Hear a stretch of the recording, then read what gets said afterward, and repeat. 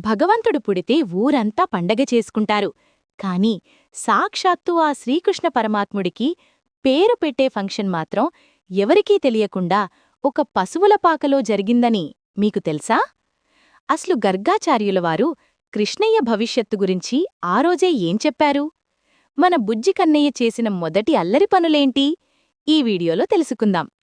మీరు గనక ఇంకా మన ఛానల్ని సబ్స్క్రైబ్ చేసుకోకపోతే వెంటనే చేసుకోండి.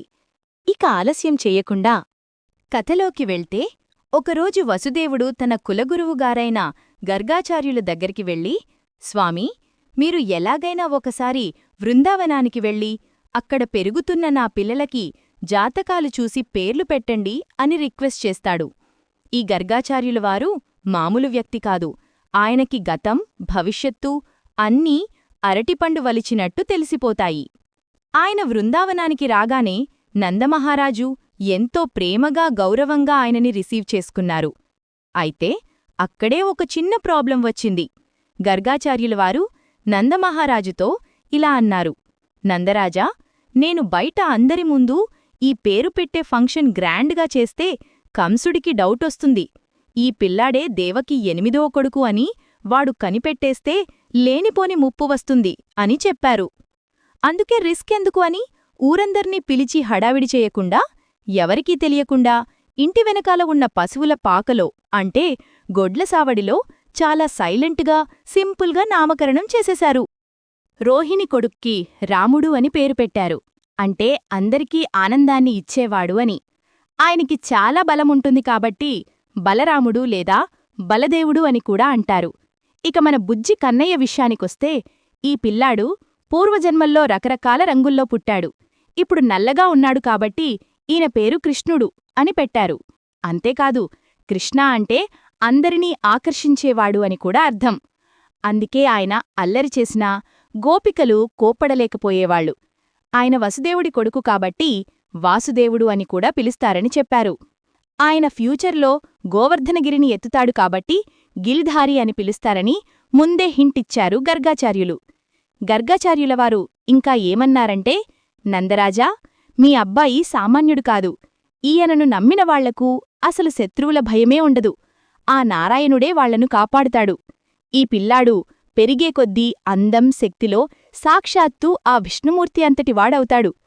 కాని రాక్షసుల వల్ల కొన్ని ఇబ్బందులు రావచ్చు. అందుకే కంటికి రెప్పలా చూసుకోమని గర్గాచార్యులు ఒక హింట్ ఇచ్చి వెళ్ళిపోయారు. ఇదంతా విన్నాక నందమహారాజు, నేనెంత అదృష్టవంతుడిని, ఆ దేవుడే నా కొడుకుగా పుట్టాడా అని పొంగిపోయారు. కొంతకాలం గడిచాక మన కృష్ణయ్య, బలరామయ్య మెల్లమెల్లగా మోకాళ్లమీద పాకడం మొదలుపెట్టారు. వాళ్లు పాకుతుంటే నడుముకి కాళ్లకున్న గజ్జలు ఘల్లు ఘల్లు అని మోగుతూ ఇల్లంతా సందడిగా ఉండేది. ఆ సౌండ్ వినడానికే అమ్మలకి 2 చెవులు సరిపోయేవి కావు. అయితే భలే తమాషా ఏంటంటే, చిన్న పిల్లోడిలాగే ఏదైనా కొత్త శబ్దం వినిపిస్తే చాలు కన్నయ్య భయపడిపోయి పరుగు పరుగున వెళ్లి వాళ్ల అమ్మ కొంగు వెనక దాక్కునేవాడు. కాని ఆ భయం కాసేపే. ఆ తరువాత అల్లరి మామూలుగా ఉండేది కాదు. పశువుల పాకలోకి వెళ్లి ఏకంగా దూడల తోకలు పట్టుకునేవాడు. అవి భయపడి పరుగులు పెడుతుంటే కృష్ణయ్య కూడా వాటితో పాటు బురదలో, పేడలో ఈడ్చుకుంటూ వెళ్లేవాడు. అలా ఒళ్లంతా బురద పూసుకుని వస్తున్న కన్నయ్యని చూసి యశోదమ్మ తిట్టడం మానేసి నవ్వుకుంటూ ఒడిలోకి తీసుకునేది. అప్పుడప్పుడే వస్తున్న ఆ చిన్ని పళ్లను చూసి అమ్మలు మురిసిపోయి ముద్దులు కురిపించేవారు. మెల్లగా పాకడమాపి బుడిబుడి అడుగులతో నడక మొదలుపెట్టారు. కృష్ణబలరాములు తమ స్నేహితులతో కలిసి చేస్తున్న ఈ అల్లరి పనులన్నీ చూసి వృందావనంలోని గోపికలందరూ పరవశించిపోయేవాళ్లు. కృష్ణయ్య అల్లరి కేవలం ఇంటికే పరిమితం కాలేదు. వృందావనంలోని ప్రతి ఇంటి వెన్నకుండమీద కన్నయ్య కన్నుపడింది. ఆఖరికి గోపికలందరూ కలిసి యశోదమ్మకి కంప్లైంట్ చేయడానికి వెళ్లారు. మరి కృష్ణయ్య అక్కడ ఎలాంటి చిలిపివేషాలు వేశాడు? యశోదమ్మకి గోపికలు ఎలాంటి షాకింగ్ నిజాలు చెప్పారు?